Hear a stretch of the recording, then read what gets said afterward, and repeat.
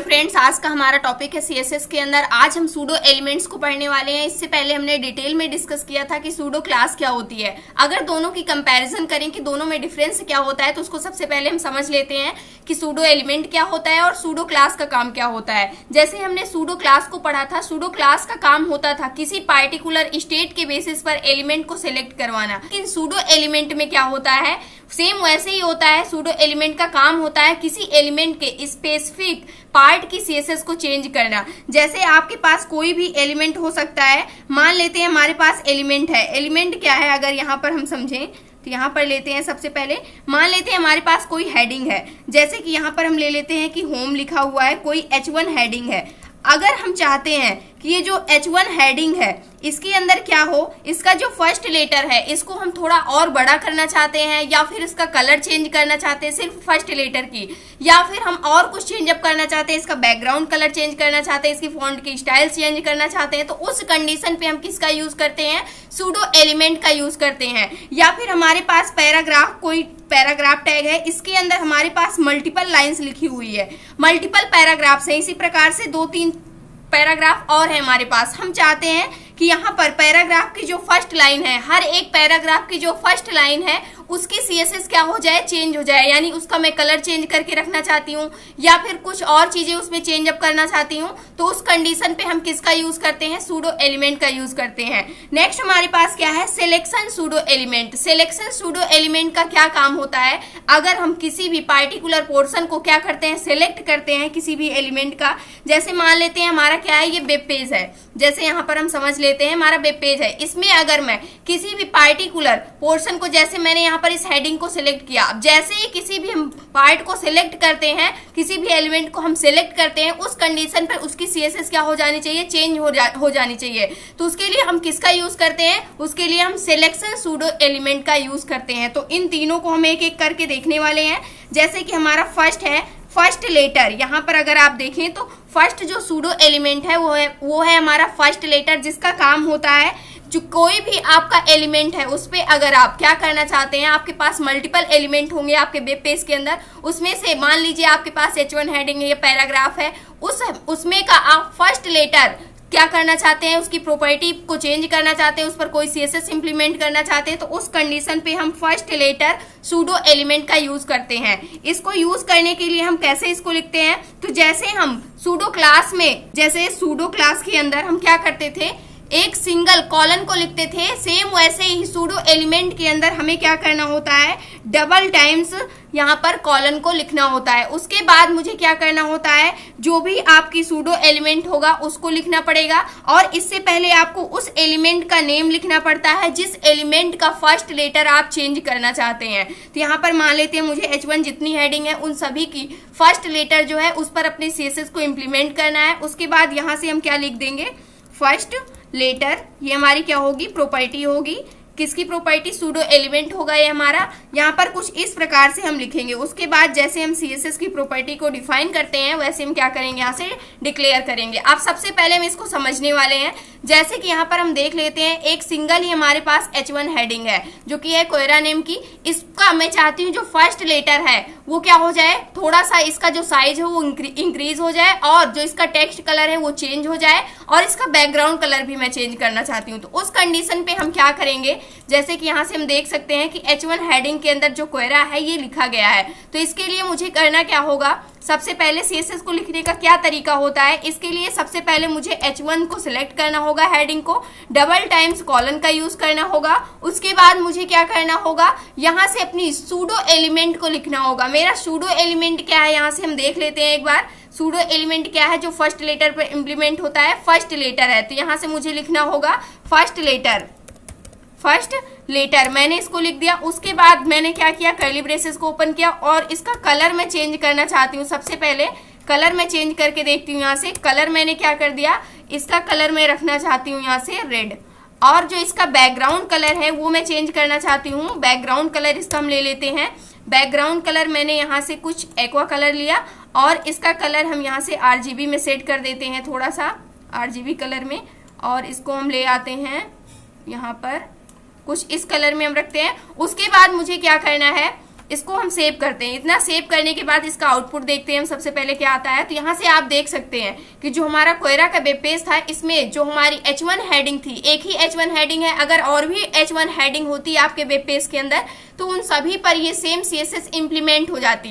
तो यहाँ से आप देख सकते हैं किसी भी पार्टिकुलर मैंने क्या किया है, सेक्शन को सिलेक्ट किया है, किसी भी एलिमेंट का पार्टिकुलर पार्ट को सिलेक्ट करके उस पर CSS को मैंने क्या कर दिया है, इंप्लीमेंट कर दिया है। इसका टेक्स्ट कलर मैंने चेंज किया था और इसका बैकग्राउंड कलर मैंने चेंज किया था, चेंज हो गया है। अब मैं चाहती हूँ ये इसको हम 100% पे रखते हैं इसका जूम, और इसको मैं चाहती हूँ इसका जो फॉन्ट का साइज है वो थोड़ा सा इंक्रीज हो जाए, जिसके लिए हम किसको यूज करेंगे, फॉन्ट साइज प्रॉपर्टी का यूज करेंगे। और मैं चाहती हूँ इसका जो साइज है वो कितना हो जाए, 50 पिक्सल हो जाए। तो यहाँ से और इसको हम करने वाले हैं सेव करने के बाद पेज को रिफ्रेश करते हैं तो इसकी साइज क्या हो गई है, यहाँ से थोड़ी सी इंक्रीज हो गई है। आप देख सकते हैं 50 पिक्सल मैंने कर दिया, इसकी साइज क्या हो चुकी है, इंक्रीज हो चुकी है। अगर मैं इस पर कोई और फॉन्ट फैमिली को इम्प्लीमेंट करना चाहती हूँ तो इसके लिए भी हम इम्प्लीमेंट कर सकते हैं। फॉन्ट फैमिली मैंने लिखा और यहाँ से कोई भी मैंने टाइम्स का ले लिया और इसको मैंने इम्प्लीमेंट कर दिया।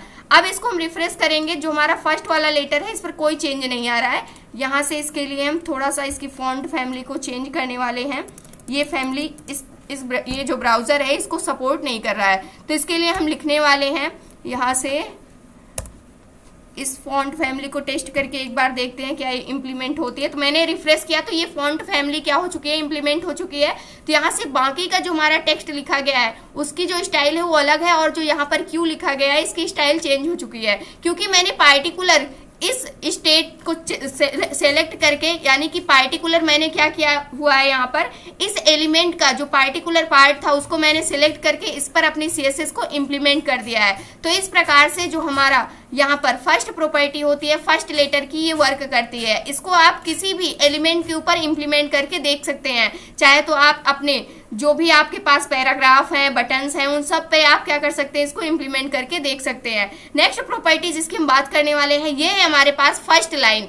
फर्स्ट लाइन कहने का क्या मतलब है, मान लेते हैं हमारे पास हमारे वेब पेज के अंदर पैराग्राफ लिखा हुआ है, मल्टीपल लाइन में लिखा गया है। मैं चाहती हूँ जो फर्स्ट लाइन है हमारे पैराग्राफ की उसकी CSS क्या हो जाए, चेंज हो जाए बाकी सभी लाइन से। तो इसके लिए हम क्या करने वाले हैं, सेम वैसे ही प्रोसेस रहेगा जैसे कि हम यहाँ पर सबसे पहले अपने पैराग्राफ को थोड़ा सा इंक्रीज करके लिख लेते हैं। देखते हैं कि हमारा पैराग्राफ यहाँ पर थोड़ा सा बढ़ा लेते हैं पैराग्राफ को, और यहाँ पर हम आने वाले हैं अपने पैराग्राफ के पास। तो यहाँ पर ये मेरा पैराग्राफ लिखा गया है। तो यहाँ से हम देखते हैं लास्ट में जो हमने एक पैराग्राफ क्रिएट किया था, इस पैराग्राफ को मैं थोड़ा सा इंक्रीज करने वाली हूँ। इसको मैंने Ctrl+C किया और इसको हम ऐड करने वाले हैं इस पैराग्राफ के अंदर। इसकी साइज को हम क्या करने वाले हैं, इंक्रीज करने वाले हैं। इसी को मैंने मल्टीपल टाइम्स यहाँ पर कॉपी पेस्ट कर दिया ताकि हमारे पैराग्राफ की वैल्यू क्या हो जाए, थोड़ी सी इंक्रीज हो जाए। यहाँ से मैंने कॉपी पेस्ट कर दिया, इसको सेव किया। सेव करने के बाद इस पेज को हम रिफ्रेश करने वाले हैं। यहाँ से पेज को मैंने रिफ्रेश किया तो यहाँ से आप देख सकते हैं पैराग्राफ की जो साइज है हमारे पास डबल लाइन में पैराग्राफ आ चुका है। इसको हम और अगर कॉपी पेस्ट करना चाहते हैं, इस पूरे को मैंने यहाँ से सिलेक्ट किया Ctrl+C और इसके बाद भी मैंने इसको कॉपी पेस्ट कर दिया मल्टीपल टाइम्स। इसी प्रकार से इस वाले पैराग्राफ में भी हम क्या करने वाले हैं, इसको कॉपी पेस्ट कर देने वाले हैं। जैसे हमारे पास ये वाला पैराग्राफ है, यहाँ से अगर रखना चाहते हैं तो इसको कर सकते हैं, नहीं तो एक पर ही हम अभी इम्प्लीमेंट करके देखने वाले हैं। यहाँ से अब मुझे करना क्या है, जैसे मैंने रिफ्रेश किया, यहाँ पर हमारे पास मल्टीपल पैराग्राफ्स की लाइन है यहाँ पर। अब मैं चाहती हूँ यहाँ पर इसी प्रकार से और भी अगर पैराग्राफ होते हैं, इसको हम क्रिएट ही कर लेते हैं और पैराग्राफ को थोड़ा सा, ताकि आपको समझने में और आसानी हो जाए। यहाँ से मैंने इसको इतने को क्या कर लिया, कॉपी कर लिया। कॉपी करने के बाद इसको हम क्या करने वाले हैं, पेस्ट करने वाले हैं। इस पैराग्राफ को भी हम यहाँ पर पेस्ट कर देते हैं, इसके जस्ट ऊपर यहाँ पे Ctrl+B मैंने कर दिया। डबल पैराग्राफ हमारे पास है और दोनों में काफी सारा टेक्स्ट लिखा हुआ है। मैं चाहती हूँ जो हमारे पैराग्राफ की फर्स्ट लाइन है, ये वाली जो लाइन है इस पैराग्राफ की, और इस वाले पैराग्राफ की भी जो ये लाइन है, इसका जो टेक्स्ट कलर है वो क्या हो जाए, यहाँ पर ब्लू के इक्वल हो जाए। तो उसके लिए हम क्या करने वाले हैं, सबसे पहले हम CSS के अंदर आएंगे और यहाँ पर क्या इंप्लीमेंट करेंगे, पैराग्राफ सेलेक्टर को लेंगे, डबल टाइम्स कॉलन का यूज करेंगे। उसके बाद मुझे क्या करना है, यहाँ से फर्स्ट लाइन जो हमारी प्रॉपर्टी थी उसको यूज करना है, और इसके बाद मुझे कलर क्या सेट करना है, इस पे जो हमारा कलर होना चाहिए वो कलर हमारा ब्लू होना चाहिए। तो यहाँ से मैंने इसका कलर क्या कर दिया, ब्लू कर दिया। तो जितने भी हमारे डॉक्यूमेंट के अंदर जितनी भी पैराग्राफ की फर्स्ट लाइन होगी उन सभी का जो टेक्स्ट कलर है वो क्या हो जाएगा, ब्लू हो जाएगा। इसके बाद और यहाँ पर इस पैराग्राफ में और टेक्स्ट नहीं है, इसलिए इसकी फर्स्ट ही लाइन थी, तो फर्स्ट लाइन का कलर क्या हो चुका है, यहाँ से चेंज हो चुका है, जैसे कि आप देख सकते हैं इस प्रकार से। और सारी लाइन का कलर नहीं चेंज हुआ है, लेकिन जो फर्स्ट लाइन थी उसका जो कलर है वो क्या हो चुका है, चेंज हो चुका है। और यहाँ पर भी जो हमारी फर्स्ट लाइन थी, ये सारे हमारे पैराग्राफ के अंदर लिखे गए हैं, तो ये जो फर्स्ट लाइन थी इसका कलर क्या हो चुका है, चेंज हो चुका है। अगर मैं इस पर बैकग्राउंड कलर को इंप्लीमेंट करूं तो यहाँ से और अच्छे से समझ में आ जाएगा आपको। बैकग्राउंड कलर मैंने यहाँ से कर दिया, इसको यहाँ पर रख लेते हैं ब्लू वायोलेट, और इसको मैं सेव करने वाली हूँ। सेव करने के बाद इस पेज को हम रिफ्रेश करने वाले हैं। तो यहाँ से आप देख सकते हैं कि ये सारे हमारे जितने भी पैराग्राफ थे उनकी जो फर्स्ट लाइन थी वो क्या हो चुकी है, उस पर जो CSS हमने इंप्लीमेंट किया हुआ है वो क्या हो गई है, इंप्लीमेंट हो गई है, अप्लाई हो चुकी है। यहाँ से आप देख सकते हैं। तो यहाँ पर जो फर्स्ट लाइन हमारा सूडो एलिमेंट होता है, इसका काम क्या होता है, किसी भी एलिमेंट की फर्स्ट लाइन की CSS को अगर आप चेंज करना चाहते हैं तो उस कंडीशन पे आप फर्स्ट लाइन सूडो एलिमेंट का यूज करेंगे। अगर किसी भी एलिमेंट के फर्स्ट लेटर को आप चेंज करना चाहते हैं, यानी फर्स्ट लेटर को, तो उस कंडीशन पे आप फर्स्ट लेटर सूडो एलिमेंट का यूज करेंगे। अब हमारे पास जो लास्ट है वो है हमारे पास सिलेक्शन। सिलेक्शन का क्या मतलब होता है, किसी भी पार्टिकुलर एरिया को सिलेक्ट करना, यानी कि अगर आप अपने वेब पेज के अंदर किसी भी पार्टिकुलर एरिया को सिलेक्ट करते हैं तो उस कंडीशन पे जो आपकी CSS है वो चेंज होनी चाहिए। तो इसके लिए हम इसको यूज करके देखने वाले हैं। तो यहाँ पर इंप्लीमेंट करते हैं। जैसे कि हमारे पास यहाँ पर क्या है, मल्टीपल पैराग्राफ है, मैं पैराग्राफ के ऊपर ही इसको भी इंप्लीमेंट करने वाली हूँ। मल्टीपल पैराग्राफ है, मैं चाहती हूँ कि जैसे मैं पैराग्राफ को सिलेक्ट करूँ, अभी देखो यहाँ पर क्या प्रॉपर्टी इंप्लीमेंट हुई है, इस पर समझते हैं हम।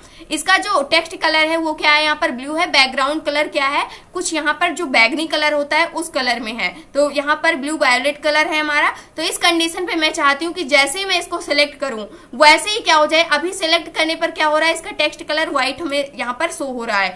अगर मैं यहाँ पर किसी भी एरिया को अगर सिलेक्ट करती हूँ पैराग्राफ के अंदर, जिस भी एलिमेंट पर हम इंप्लीमेंट करेंगे अपने सिलेक्शन को, सिलेक्शन सूडो एलिमेंट को, उसी पर ही वो इंप्लीमेंट होगा। सबसे पहले हम इसको चेक करते हैं। यहाँ से पैराग्राफ लिखा मैंने, पैराग्राफ टैग, और उसके बाद मैंने यहाँ से क्या लिया, सिलेक्शन। सिलेक्शन करने पर मैं चाहती हूँ उसका कलर कैसा हो जाए, जो टेक्स्ट कलर है वो चेंज होकर के क्या हो जाए, यहाँ पर रेड हो जाए, जैसे मैं किसी भी पार्टिकुलर एरिया को सिलेक्ट करूँ अपने पैराग्राफ के अंदर। तो यहाँ से हम इसको पेज को रिफ्रेश करते हैं। अभी देखो सिलेक्ट करने पर जब नॉर्मल हम सिलेक्ट करते थे तो क्या होता था, व्हाइट कलर दिखाई देता था, लेकिन अब अगर मैं किसी भी एरिया को सिलेक्ट कर रही हूँ उस कंडीशन पे जो हमारा टेक्स्ट का कलर है वो क्या हो जा रहा है, यहाँ पर रेड हो जा रहा है।